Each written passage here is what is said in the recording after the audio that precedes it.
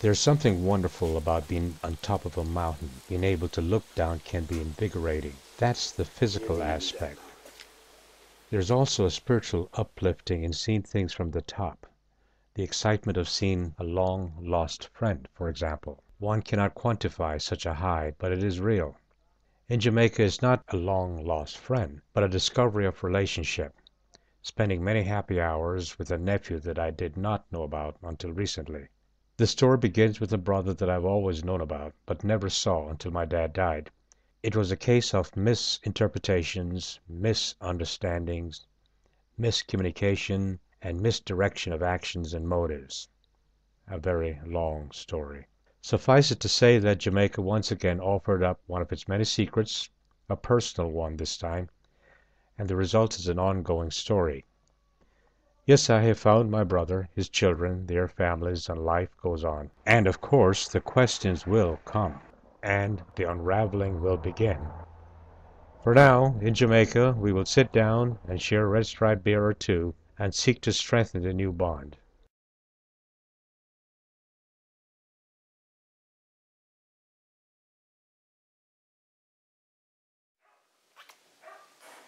I think it's a bright color one.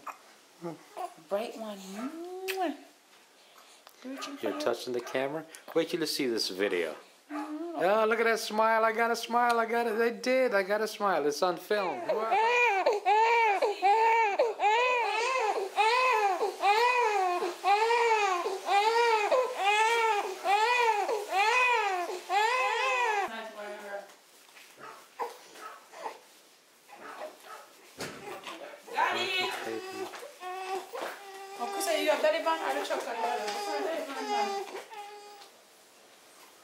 You're going to thank me for this later. You're going to say, oh my goodness, look at me.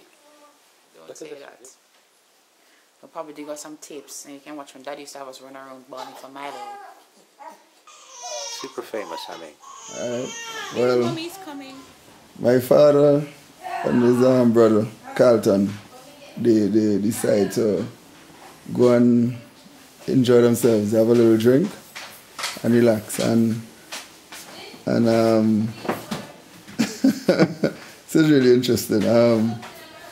So after the drink, you know, somebody has to drive, but both of them kind of tipsy, both of them kind of drunk. So they had to pass this precipice to go home. Now, on the way home, they're driving, and out of nowhere, apparently both of them tipsy, nobody knows what was in the way, but they swerve off the road over the precipice, right, and landed over the other side. So everybody rushed in to see if they're okay, see if, are they dead, are they dead? So when everybody reached looking over, they hearing some groans down and they hearing, Carlton, Carlton, we far good. so everybody couldn't believe these two men, drunk men, just almost kill themselves and ask if they park properly in the bushes, in the trees.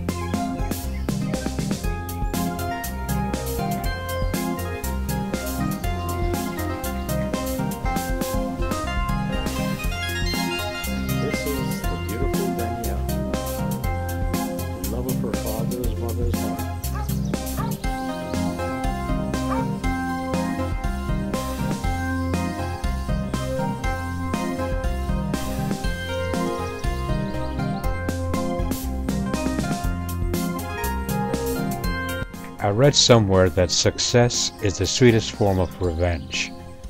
Well, George Clark is not really interested in revenge. George is simply devoted to his family. Sitting here on the porch of his house, I'm struck by his amazing family, absolutely beautiful scenery as I look down on St. Elizabeth, and by his success in life. George may have come from a very humble home, but there's nothing humble about his accomplishments. Be honest, wouldn't you enjoy working at a wind farm, a place where nature is supplying the electrical needs of so many people? Of course you would. But, as George himself will tell you, none of this would have happened without the support of his incredible wife, Sharon. Later we will meet Sharon and the other children.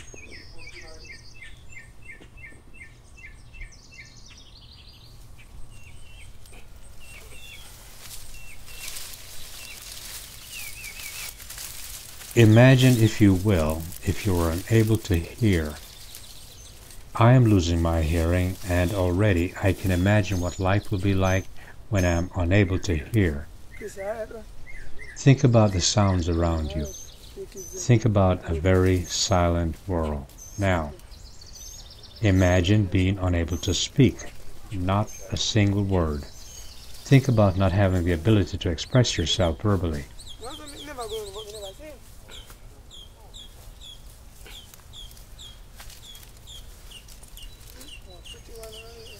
See this man digging into the soil? He is deaf and he lacks the ability to speak. Yet, in spite of his inabilities, he has accomplished much.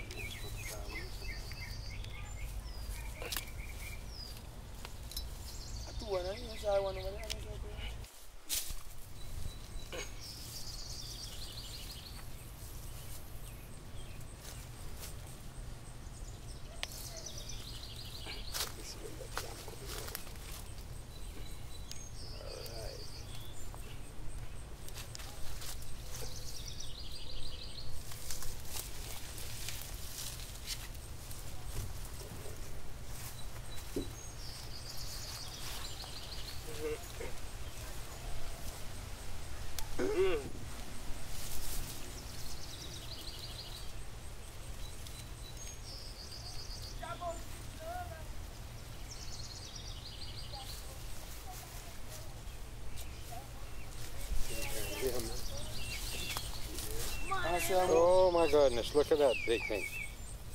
Wow.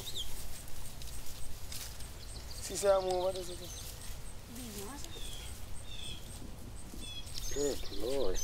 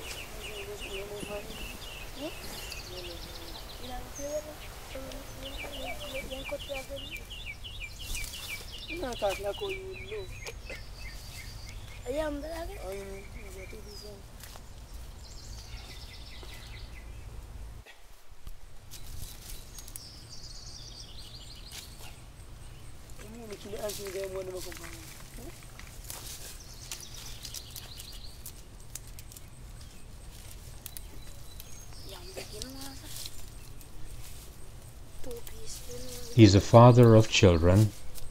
George, an agriculturalist. Webster, a farmer, like his dad. Peter, a builder. And Susan, a very beautiful 28-year-old girl, woman, really, working her way to becoming a nurse. Do you want to help Susan realize her dream? Send me an email and I'll tell you how. This man was also instrumental in bringing a school for the hearing impaired to his community. There are so many people that are grateful to him and his efforts. This man was separated from his father at age 5. He grew up not really knowing his father, yet being aware that his father was out there somewhere. This man, in spite of his handicap, is a pillar of his community, and this man along with his son Webster, has fed far too many people to count from his farm in St. Elizabeth. His name is Everlyn, and he is my brother.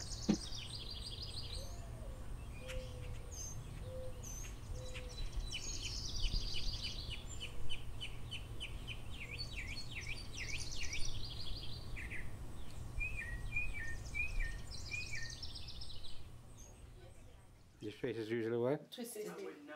Twisted. Her name is Sharon. She's a graduate student, mother of Martina, mother of Danielle, mother of Leona, Okay then, so how can and you say that? mother of Christopher. She's a ferocious reader with books in every room of her house. One Sunday morning, she was reading the obit section of the newspaper, and she read about the death of Webster George Clark. Mrs. Sharon Clark, the wife of George Clark and sister-in-law of Webster Clark, could not shake the coincidence of names. Could this be the father of Everlyn, the father of Webster and George? So she got in her car and drove 73 miles to find out. Well, Webster George Clark might have died tragically and under mysterious circumstances, but there was no mystery when it came to Everlyn. The man laying in the coffin was the father of Everlyn Clark. Everlyn had found his father, albeit too late to have a relationship with his father, but not too late to start a relationship with his long-lost family. Brothers and sisters he never knew before. This reunion is ongoing and happy, all because of Mrs. Sharon Clark, wife of George Clark and sister-in-law of Webster, Peter, and Susan Clark. Yes, Uncle Dave. Bye now, Uncle Dave. Oh, everyone's so silent.